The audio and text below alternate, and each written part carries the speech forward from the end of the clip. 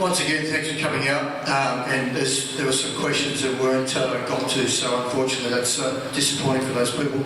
Look, it's a very important decision that people make on September the 7th, and the decision is to put someone into the Australian Parliament to argue for the people of Lyme and to lobby for projects, money, and to make good decisions such as euthanasia and difficult decisions like that. You must expect the best possible outcome from that person, and that means a hard-working representative. And John, it's a difficult situation that you have to deal with, and it's difficult that the Department of Immigration hasn't assisted. So they're the sorts of things that must be addressed by your local member. And look, I'm up for that job, and thank you for listening to us, and thanks for coming out. Thank you. Thanks, Steve. Before you go, Michael, for those people who still have a question, I apologise that we couldn't get to all the questions, and the people that had more than one, I tried to share it around. I would suggest try to collar one of these guys if you really have a burning question that you still want to get involved, talk to them afterwards. They're going to have to get used to that. So, sorry guys. Okay, Michael.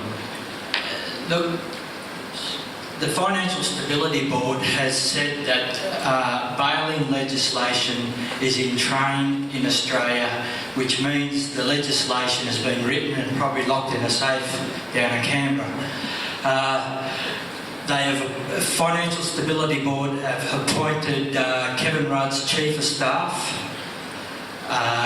Joe Hockey's wife is on the Deutsche Bank. All his staff are bankers.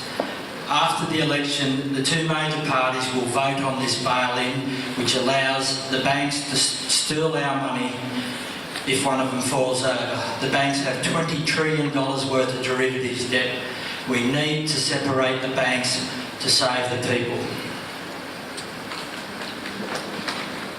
Look, thanks for sticking around, guys. It's been a lot of talk tonight.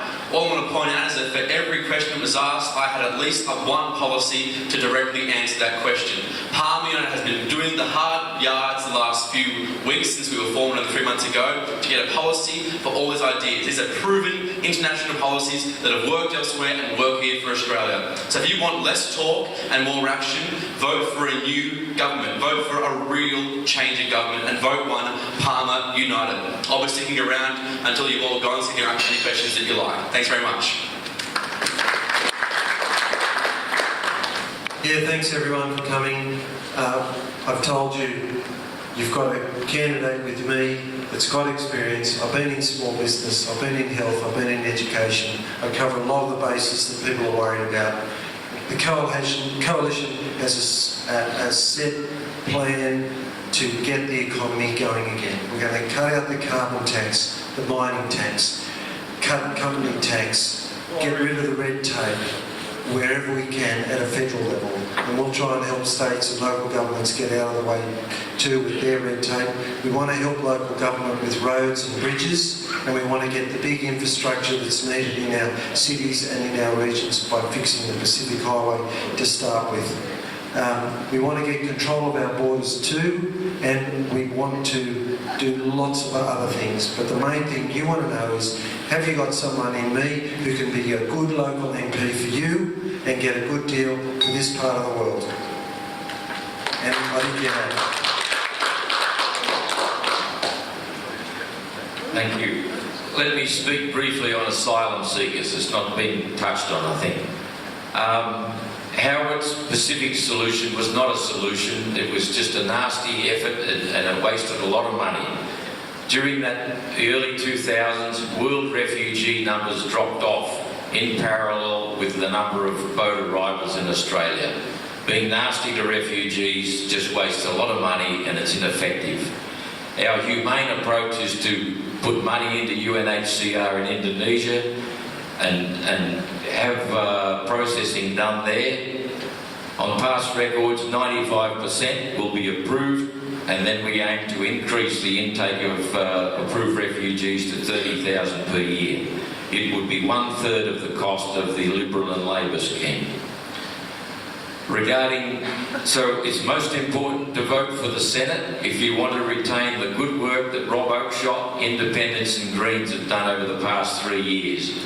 As far as I'm concerned, it's one of the best governments that's existed since I've been back in the country for 20 years. There's nothing there to be ashamed of. Thank you.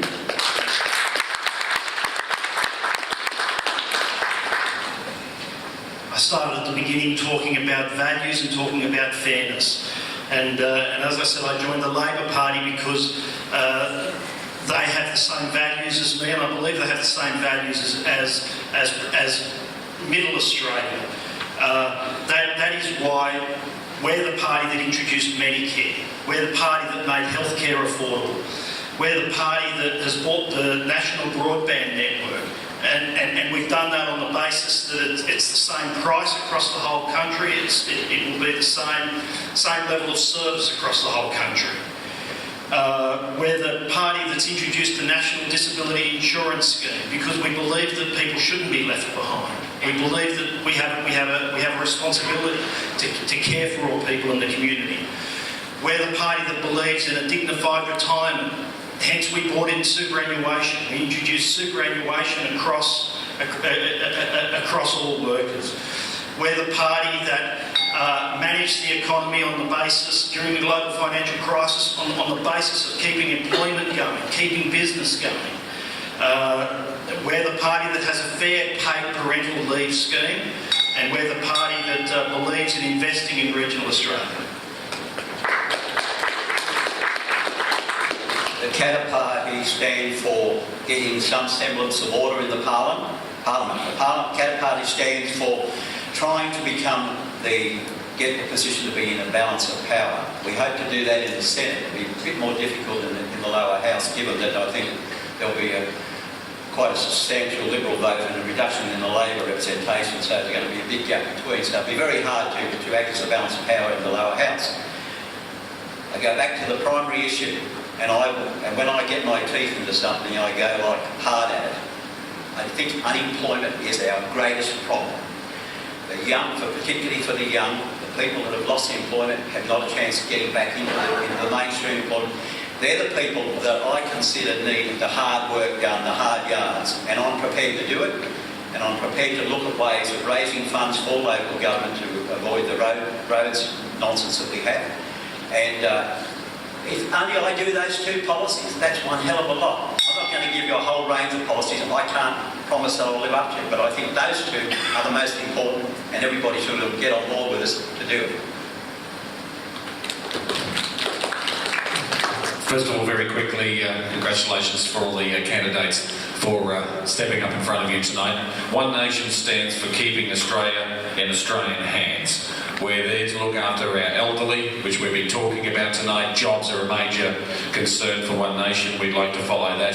And one thing that I'd like to say is we'd like to see the money that we have in this country spent correctly. And I think everyone here would agree with that. I have to make this comment again.